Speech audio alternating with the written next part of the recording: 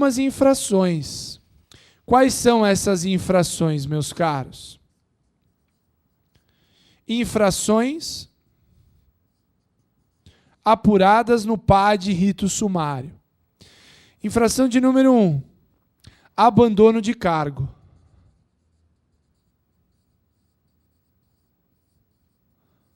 Lembram do abandono de cargo? Faltar intencionalmente por mais de 30 dias consecutivos.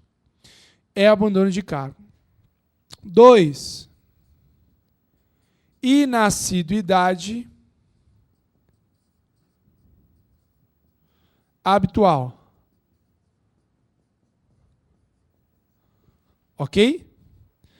Também há inassiduidade habitual. E por fim, meus caros, acumulação ilícita de cargo público.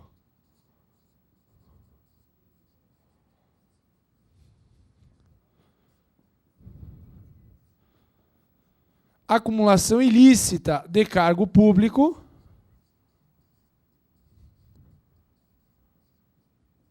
também poderá ser apurada pelo PAD no rito sumário. Então tomem cuidado, que se o examinador falar na prova, abandono de cargo e inassiduidade habitual, que é faltar por 60 dias, interpoladamente no período de 12 meses, ou acumulação ilícita de cargo público, é o caso de utilizar o PAD rito sumário, que é um rito mais célere, mais rápido, 30 dias mais 15. Bom, meus caros, falamos aí do quê? Falamos dos procedimentos para impor penalidades administrativas, ok? Falamos dos procedimentos que têm por objetivo impor penalidades administrativas. A partir de agora, nós vamos trabalhar com um procedimento que não tem por objetivo impor penalidades administrativas. Mas o objetivo desse procedimento é exatamente o contrário. É demonstrar ou a inocência do punido ou a inadequação da sanção aplicada. Mas antes eu peço a ajuda do Fábio. Fábio, gostaria que você puxasse para a gente súmulas do STJ e súmulas vinculantes lá do STF. Então, súmulas do STJ e súmulas vinculantes do STF. Por quê, meus caros? Antes de passar para esse ponto, que é o processo de revisão, processo para demonstrar a inocência do punido ou a inadequação da sanção aplicada, eu quero trabalhar com vocês com a seguinte questão. No processo administrativo disciplinar, há necessidade de advogado acompanhar todas as fases desse processo? Sim ou não? O que vocês acham? Porque se a gente for analisar bem, do processo administrativo disciplinar pode dar ensejo à demissão de um servidor público, certo? Certo. Então eu pergunto de novo, vocês acham que há necessidade de advogado acompanhar todas as fases do PAD? Vamos ver o que fala o STJ primeiro sobre o tema, Fábio. Lá na súmula 343.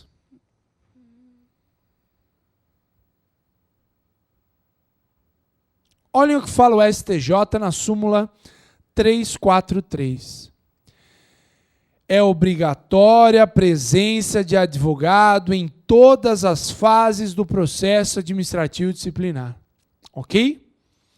Súmula 343, do final do ano de 2007, fala que é obrigatória a presença de advogado em todas as fases do processo administrativo disciplinar. Ah, Fabrício, quer dizer então que se cair na prova que a ausência de advogado em processo administrativo disciplinar fere o princípio do contraditório e da ampla defesa e logo fere a Constituição, eu posso falar que isso está certo? Não, não pode falar que isso está certo. Mas está aí na tela, Fabrício. O STJ entende que tem que ter advogado em todas as fases do PAD. Se não tiver, violada está a Constituição. Não prevalece isso? Não prevalece. Sabe por quê? Fábio, súmula vinculante, por gentileza. Súmula vinculante do STF de número 5. Olhem o que fala a súmula vinculante de número 5.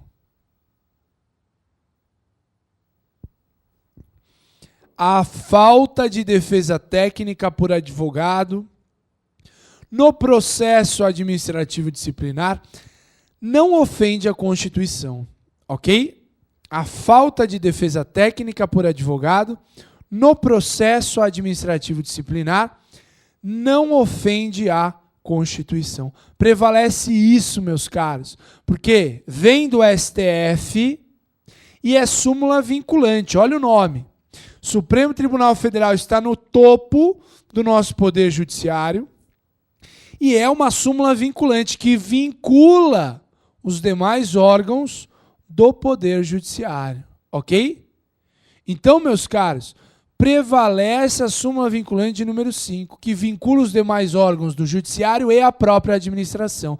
Então, a falta de defesa técnica por advogado no PAD não ofende a Constituição, ok? Prevalece isso, tomem cuidado, é tema novo, é súmula do ano passado, essa súmula vinculante, súmula de 2008, portanto, tomem cuidado na hora da prova. Obrigado por hora, Fábio. Agora sim, encerramos procedimentos administrativos para impor penalidades administrativas. Falta falar ainda, para fecharmos Lei 8.112 e tecermos alguns comentários sobre o decreto 1171 de 94, que é o Código de Ética do Servidor Federal, falta falar uma palavra sobre o processo ou o pedido de revisão. Ok? Para que eu tenho o pedido de revisão? Qual o objetivo do pedido de revisão? Objetivo do pedido de revisão.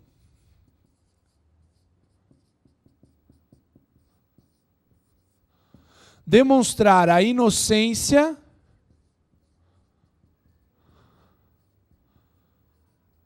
do punido, demonstrar a inocência do punido ou a inadequação da sanção aplicada. Inadequação da sanção aplicada. Inocência do punido ou a inadequação da sanção aplicada. Esse é o processo de revisão, ok? Inadequação da sanção aplicada ou inocência do punido. Bom, meus caros, para conseguir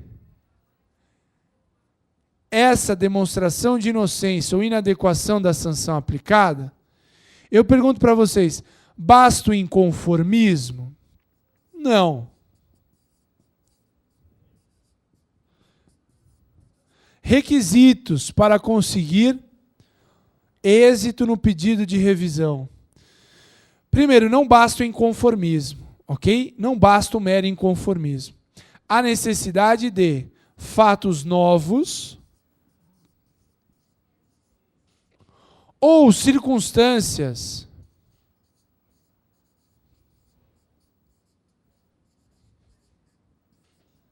relevantes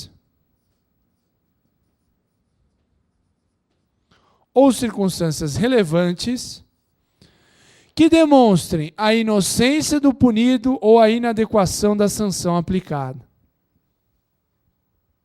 Ok?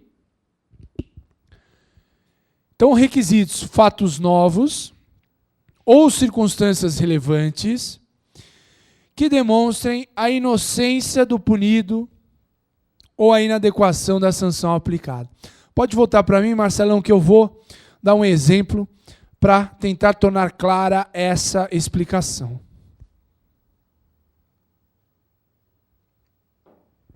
Lembram que eu falei para vocês que a infração administrativa é diferente da infração penal, que é diferente da infração civil.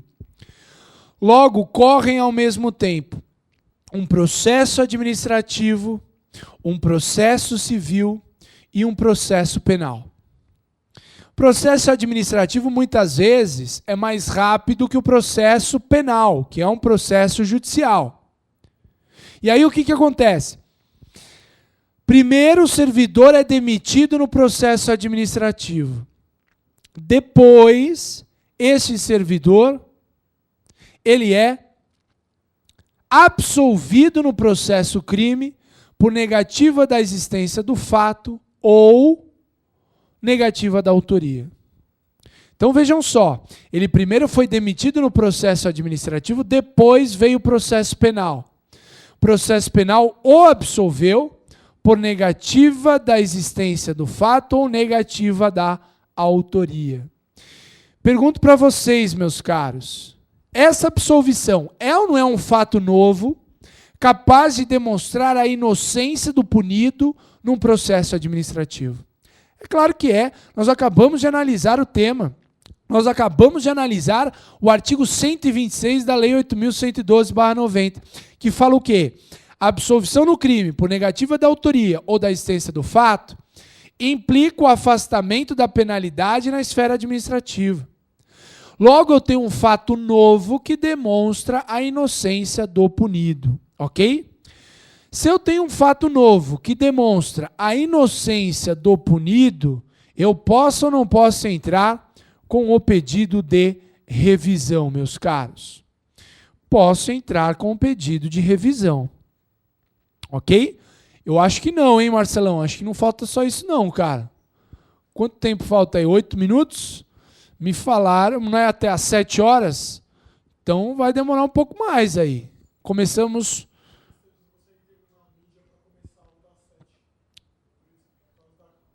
E o povo, então, vai ser prejudicado. Marcaram 5h30 às 7, não é? Pode ir, pelo amor de Deus, senão vai me prejudicar. 8 minutos aqui, eu tenho um monte de coisa para falar ainda, meu caro. Então, qual que é a questão? Quando falamos em pedido de revisão, temos que lembrar do quê? Fato novo que demonstra a inocência do punido ou a inadequação da sanção aplicada. Logo, quando eu falo em absolvição no crime por negativa da autoria ou negativa da existência do fato, qual que é a consequência? A consequência é um fato novo que legitima o pedido de revisão. Então, é um dos requisitos capaz de legitimar o pedido de revisão, ok? Que mais que é importante sobre o tema revisão, meus caros? Tem prazo para entrar com o pedido de revisão? O que vocês acham? Pedido de revisão poderá ser feito a qualquer tempo, ok? Pedido de revisão poderá ser feito a qualquer tempo. Não tem prazo. Pedido de revisão poderá ser feito a qualquer tempo. Pedido de revisão não tem prazo, ok? Ele pode ser feito a qualquer tempo. Veio um fato novo capaz de demonstrar a inocência do punido, entra com pedido de revisão. E outra questão, quem tem legitimidade para entrar com pedido de revisão? Em primeiro lugar, servidor interessado.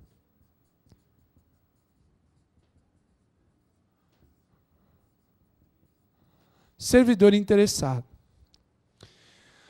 Mas, meus caros, vamos supor que esse servidor faleceu, foi declarado ausente ou desapareceu.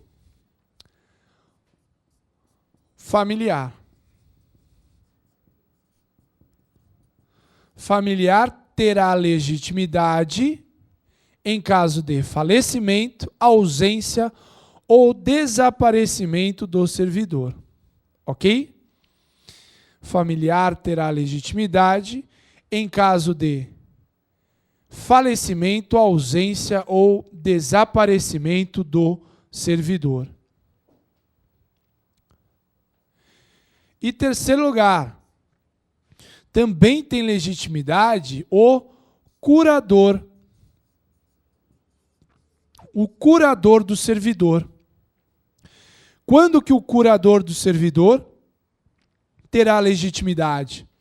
No caso de incapacidade mental deste servidor. Se o servidor for declarado incapacitado mental, o curador terá legitimidade para entrar com o pedido de revisão. Ok? Maravilha, tranquilo? Então, esses os legitimados para entrar com o pedido de revisão. Maravilha? Tanto o servidor interessado, como um familiar, no caso de falecimento, ausência ou desaparecimento, como o curador, no caso de incapacidade mental. Bom, pode voltar para mim, meu caro. Que mais que é importante ainda sobre o tema revisão. Quais as consequências da revisão, ok? Tudo bem, eu entro com o pedido de revisão para demonstrar que eu sou inocente ou que a sanção foi inadequada, mas eu quero saber quais as consequências do pedido de revisão. Por gentileza, Fábio, artigo 182, ok? Artigo 182 da Lei 8.112/90. Olhem o que fala o artigo 182 da Lei 8.112/90.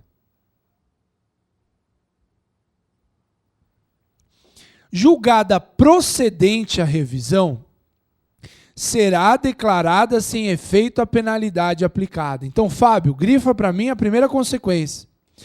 Julgada procedente a revisão, grifa para mim. Será declarada sem efeito. Isso, julgada procedente. Primeiro, será declarada sem efeito a penalidade aplicada, restabelecendo todos os direitos do servidor. Ok? Então, consequência da revisão. Declarada procedente, realmente o senhor é inocente, declarada sem efeito a penalidade e será restabelecido todos os direitos do servidor. Ok? Essas as consequências da procedência da revisão. Então, se ele foi apenado com demissão, sem efeito a demissão, ele será reintegrado com direito a tudo que perdeu ao longo do prazo em que ficou fora da administração, ok? Mas olha a parte final que eu peço para o Fábio grifar de uma outra cor. Exceto em relação à destituição do cargo em comissão que será convertido em exoneração. Qual que é a vantagem, Fabrício, do cargo em comissão ser convertido, a destituição do cargo em comissão ser convertido em exoneração? Porque se é um servidor efetivo, torna-se sem efeito a demissão e ele volta para a administração.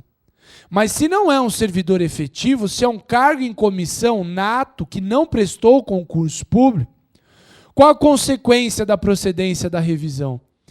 A destituição do cargo em comissão será convertida, essa penalidade, numa exoneração. Sabe qual é a vantagem?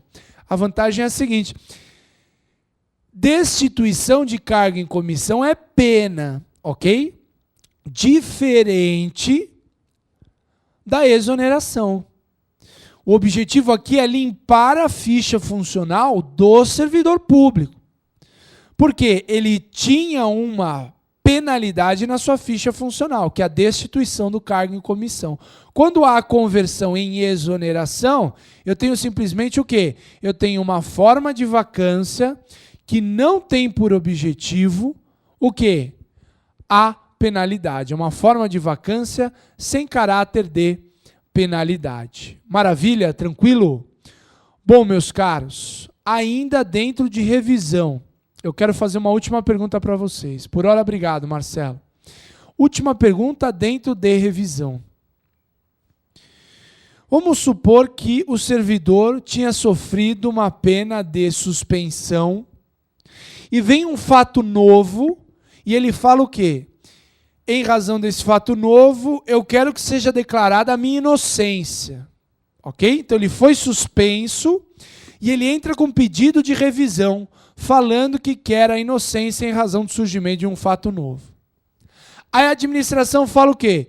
Improcedente o seu pedido de revisão, e digo mais, hein? Não era o caso de suspensão, não, aquela penalidade. O senhor, na verdade, deveria ter sido demitido do cargo público. Olhem só, hein? Ele entrou com a revisão para minimizar a suspensão e acabou sendo demitido. Ou seja, a situação dele ficou mais grave. A situação dele ficou pior. A pergunta que eu faço para vocês é a seguinte: é possível falar em reformácio, impégios,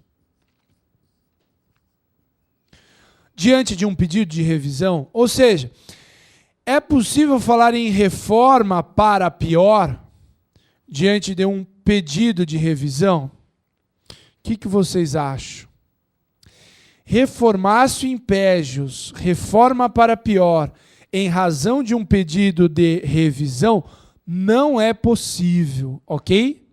Reforma para pior, em razão de um pedido de revisão, não é possível.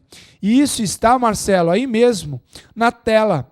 Artigo 182, parágrafo único. Olhem o que fala o 182, parágrafo único, da Lei 8.112/90. Da revisão do processo não poderá resultar agravamento da penalidade, ok?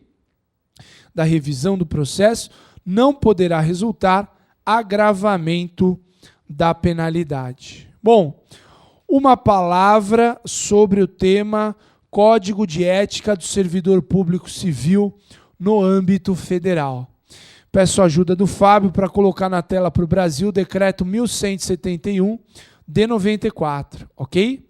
1171 de 94, pode colocar o preâmbulo mesmo, Fábio, porque fala para que serve esse decreto. Esse decreto aprova o Código de Ética Profissional do Servidor Público Civil do Poder Executivo Federal, ok? Mas eu quero saber o seguinte: para quem que eu aplico esse Código de Ética do Servidor Público Federal? Olhem lá, o artigo 2º. Os órgãos e entidades da administração pública federal, direta e indireta, implementarão em 60 dias as providências necessárias à plena vigência do Código de Ética. Ou seja, eu aplico esse Código de Ética aos órgãos e entidades da administração pública federal, direta e indireta. Se o Fábio puder grifar para a gente, órgãos e entidades da administração pública federal, direta e indireta, ok? Como que costuma cair na prova isso, Fabrício? Costuma cair decoreba, Fábio. Se você descer para a gente até as regras deodônticas, ok? Um pouquinho mais para baixo. Isso, nesse anexo aí, seção de número 1, regras deodônticas. O que são essas regras deodônticas? São regras que envolvem a ética do servidor na administração pública. Então, meus caros, atua com ética, atua de acordo com as regras deodônticas o servidor que atua com dignidade, com decoro, zelo e eficácia, e a consciência dos princípios morais que são os primados maiores que devem nortear a atuação do servidor público, seja no exercício de cargo ou função ou fora dele. Então cai decoreba, meus caros. Se for para o inciso 2º, nós vamos ver que fala justamente, inciso 2º, fala justamente do servidor público não poder jamais prezar o elemento ético de sua conduta, ok? No inciso 3º fala da moralidade. Então, como é que cai isso na prova? Decoreba, meus caros. Isso aqui é inteligível, não tem dificuldade nenhuma. Infelizmente, como que cai? Cai decoreba, ok? Se o Fábio for um pouco adiante, nós vamos chegar na questão dos deveres. Se você pesquisar por deveres, Fábio, acho que vai chegar mais fácil lá no tema. Deveres.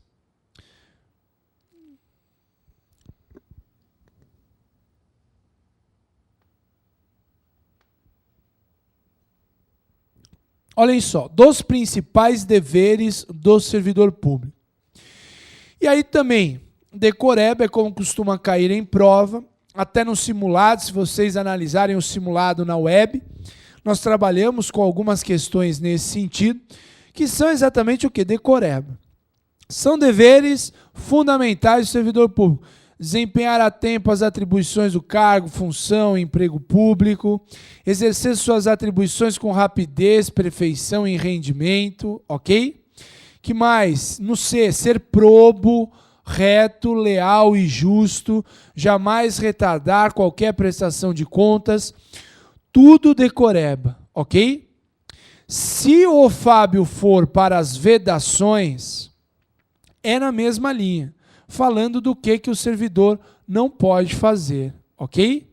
Vedações fala exatamente do que o servidor não pode fazer. Então, eu sugiro a leitura com calma desses dispositivos. Olhem lá, das vedações. É vedado o uso do cargo ou função, facilidades, amizades, tempo, posição, influência, prejudicar deliberadamente a reputação de outros servidores, ser em função do espírito de solidariedade conveniente com erro ou infração a este código de ética ou ao código de ética da profissão, essas as vedações. Eu queria chegar, Fábio, no capítulo das comissões de ética, porque esse é um capítulo importante, que é o último. Se você colocar comissões, nós vamos chegar a esse tema. Comissões de ética, olhem lá. Das comissões de ética. Isso também é o que eu considero, é o que eu elegi como mais importante desse diploma. Além dos decorebas, isso aqui é muito importante. Em todos os órgãos e entidades da administração pública federal, direta e indireta, autárquica e fundacional, ou em qualquer órgão ou entidade que exerça atribuições delegadas pelo poder público, deverá ser criada uma comissão de ética, encarregada de orientar e aconselhar sobre a ética profissional do servidor no tratamento com as pessoas e com o patrimônio público, competindo-lhe conhecer concretamente de imputação ou procedimento suscetível de censura, ok? Cada comissão de ética, integrada por 3 servidores públicos e respectivos suplentes, poderá instaurar de ofício processo sobre ato, fato ou conduta que considerar passível de infringência a princípio ou norma ético-profissional, podendo ainda conhecer as consultas, denúncias ou representações formuladas contra o servidor público, a repartição ou o setor em que haja ocorrido falta, cuja análise e deliberação forem recomendáveis para atender ou resguardar o exercício do cargo ou função pública, desde que formuladas por autoridade, servidor, jurisdicionados, administrados, qualquer cidadão que se identifique ou quaisquer entidades associativas regularmente constituídas. Olha o que é interessante, inciso 18. A comissão de ética incumbe fornecer aos organismos encarregados da execução do quadro de carreira dos servidores os registros sobre a conduta ética, para efeito de instruir e fundamentar promoções e para todos os demais procedimentos próprios da carreira do servidor público. Então, meus caros, fora aquela comissão processante que nós vimos hoje, com o objetivo de processar e penalizar o servidor, tem uma comissão constituída para cuidar da ética do servidor público. E essa comissão vai mandar relatórios para promoção do servidor. Então, para promover, tem que analisar se atuou com ética. Vai enviar relatórios, inclusive, em razão dos procedimentos administrativos que nós estudamos na data de hoje, ok? Então, meus caros, eu sugiro para vocês a leitura deste Código de Ética, do Decreto 1171 de 94, ok? É muito decoreba que cai nesse tipo de questão. Infelizmente é assim, não tem muito o que explicar, é realmente sentar, ali a bunda na cadeira e estudar e decorar, porque cai texto de lei exatamente o que está escrito na lei, ok? Percebam isso nos simulados que nós trabalhamos aí à disposição na web para vocês. Muito boa sorte a todos, ok? Muito sucesso, contem conosco e até uma próxima oportunidade, se Deus quiser.